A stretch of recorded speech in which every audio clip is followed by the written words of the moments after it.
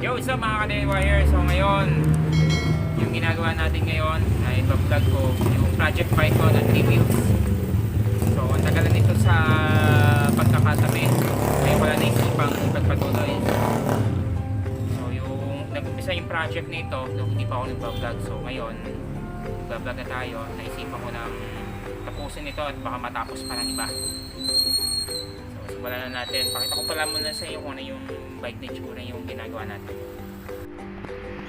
So ayan yung bike natin. Nung iniwan niya sa tabihan, ganyan ang itsura niya. So ang kulang na lang naman dyan yung lagayan ng battery sa ilalim, tapos tapalodo, yung mga ilaw, yung lagayan ng basket. So okay na yan, ipupull weld na lang din natin yan. So unang plano dapat dito is motorized na 3 wheels dapat. Kaso yung binili ko makina is 50cc lang. Tingin ko medyo maliit at kapos. Kaya sabi ko i-retain na lang natin ito sa pagiging electric bike. So yan, meron na nga siyang readiness sprocket dito. Para sana sa 50cc na makina, nandito natin nilalagay dapat. Yan.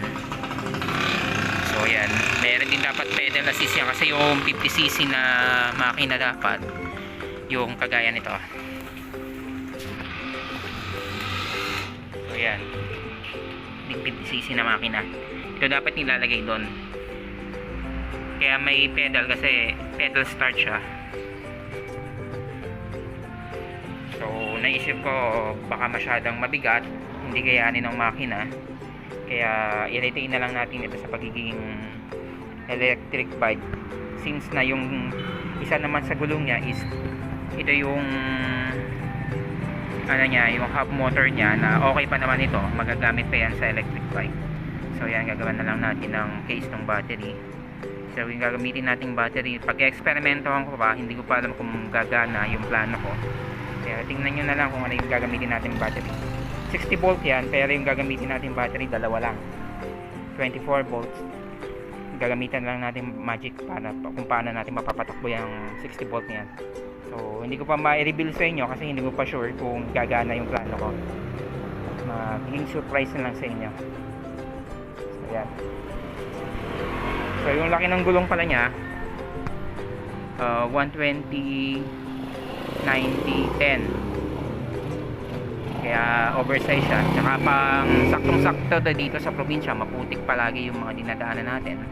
Kaya okay lang yan. So yun, baka soon palitan ko rin ng gulong yun ng pang off the road din.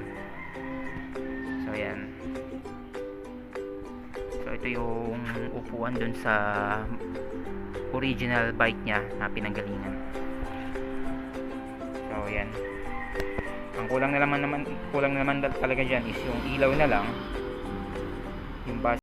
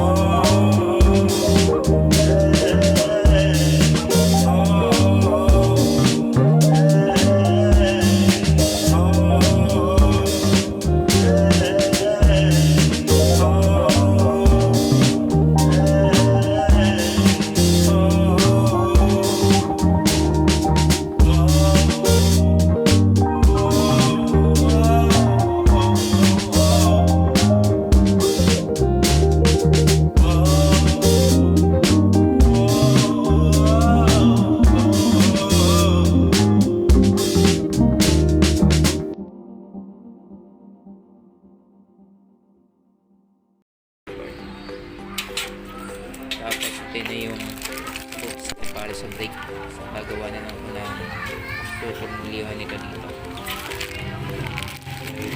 Motor na pang-express na. So ito na yung ating mechanical brake. Lagyan na natin ng flat bar. So dito sa area to, unang plano ko is wire na nga lang tsaka yung ano niya. Pero naisip ko mas matibay kung flat bar na lang din na gamitin. Yung cable kasi may tendency maputol pa. So kung flat bar lang, mas matibay. So ang ginawa ko na lang, kinat ko na lang yung dulo ng brake. Ayan yung tornilyo na yan. Tsaka ko winelding dito sa flat bar para na-adjust natin yung preno natin. So lalagyan na lang natin siguro na isang spring dito para may laban na bumalik. Kasi kapag aasahan lang natin yung spring ng brake mismo, eh baka matagal bumalik. So yan, nag-ready tayo ng isang spring na gagamitin natin. So ito medyo makunat ito. Pang center stand dito. Side stand yata ng Mio. So yun na lang gagamitin natin dito. I-hook natin dyan. May-weldingan natin. So ito na yung ating mechanical brake nya. Nalagay na natin itong flat bar na may dulo ng tornilyo. Tsaka yung spring doon. So nasunog lang kasi dun dumaan yung ground ng ating welding machine nung winelding ko ito. So ayan, ito na rin yung pedal brake. Testing natin. So yan, success. Palitan ko na lang uli ng bagong spring yung nilagay ko doon. Akala ko okay yung connection ng ground dito eh, pero doon pala siya dumaan. Siguro dahil maraming kalawang.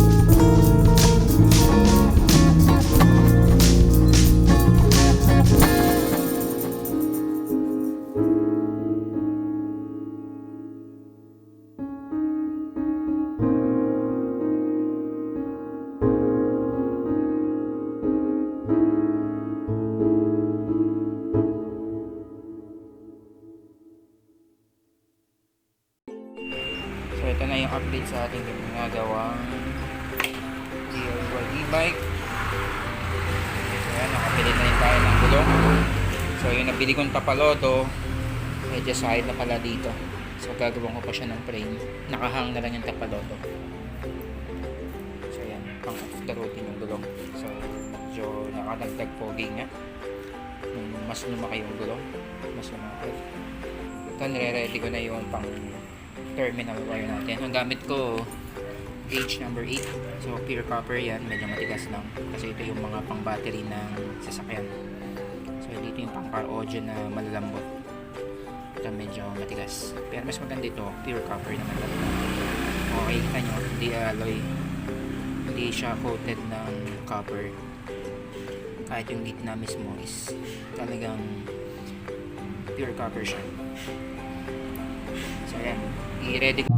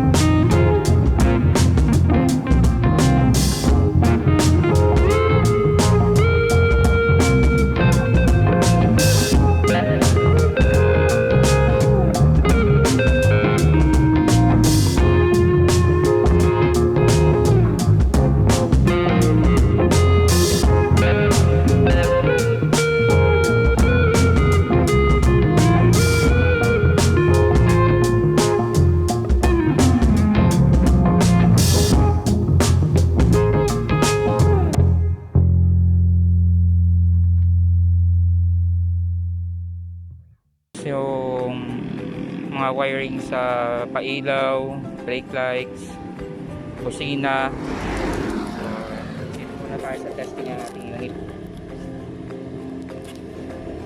Ayan. Wala tayong gamit na seat motor. Sana hindi mahulog ang ating cellphone.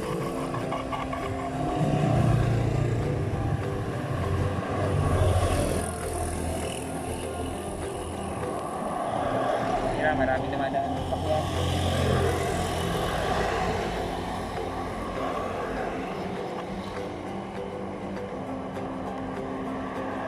Okay, ratsyada na.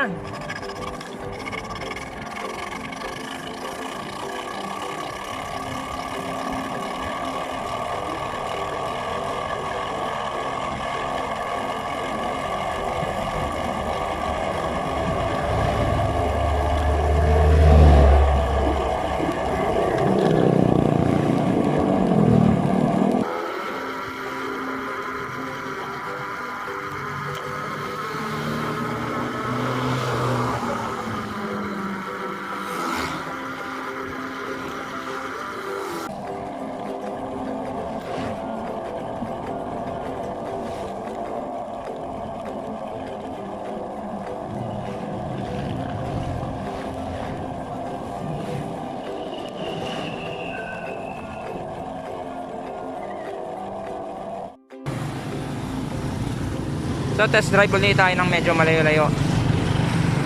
Nasa malayo na pala ako actually mula sa aming bahay. Nalimutan ko lang mag-video.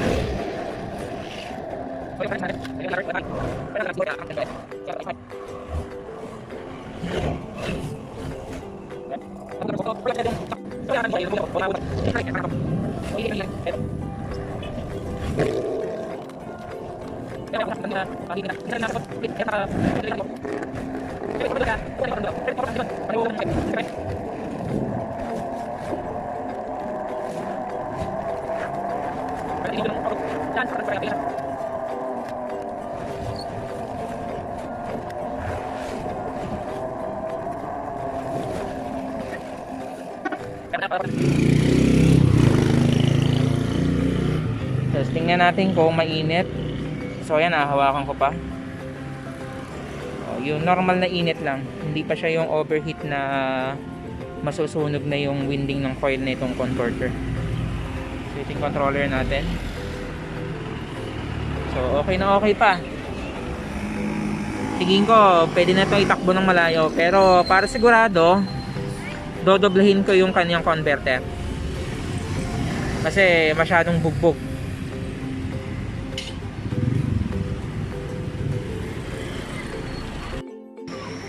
So ayan mga ka-DIYers, naging maganda naman yung ating ginawa nating initial test. So siguro yung suma total na tinakbo natin, yung mga hindi ko pa na-capture na video, siguro mga 10 kilometers din. So yung nasa video lang na na-save ko dito, yung kinapture ko, mga more or less 5 kilometers yun. So ayan, tatapusin na lang natin yung wirings. So abangan niyo sa part 2 ng video kong ito. Tapusin na lang natin yung wiring sa mga accessories na ilaw, signal light, brake light, tapos yung mga additional lights pa na ilalagay natin. So ito yung pinakang dashboard niya. So hindi ko pa tinatapos kasi bubutasan ko pa dito para sa voltmeter. So dalawang voltmeters pala ilalagay ko dito. So isang 60 volt tsaka isang 24 volts para parehas kong makita yung volt nung battery na hindi pa dumadaan sa converter tsaka yung volt nung dumaan na sa converter. So ayan. So yung sinasabi ko kanina sa inyo na dapat meron akong shock dito eh. Kaso medyo pagod lang isipin kung paano gagawin. Siguro kung talagang differential motor ito, madali lang sana yon. Pero dahil hindi siya differential motor, so dahil kung ano lang yung meron tayo dito yung pyesa, yun lang yung yun lang yung ginawa natin. Kaya siguro yung shock na binili ko para dito, pang display na lang, ilalagay ko na lang dito para dagdag support na rin dito siguro. Kasi napapansin ko na tumatakbo na siya, magalaw to eh, parang mayugyug siya. So kung lalagyan ko siguro ng yung shock na lang dito, so dagdag support na yun para hindi siya pumalo pataas. So tatlo lang kasi yung sumusupport sa kanya, ito, tsaka yan. So kung lalagyan ko yung shock nga dito, display na lang, siguro may tulong din yan para hindi siya ma-disalign.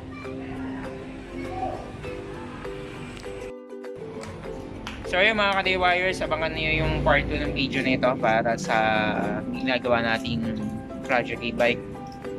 So patuloy lang tumutok. Sa mga hindi pa nagsusubscribe, please subscribe to my channel na Tawiti at i-click na rin ang notification bell para maging updated kayo sa aking mga pinapal. So salamat sa pagtutok.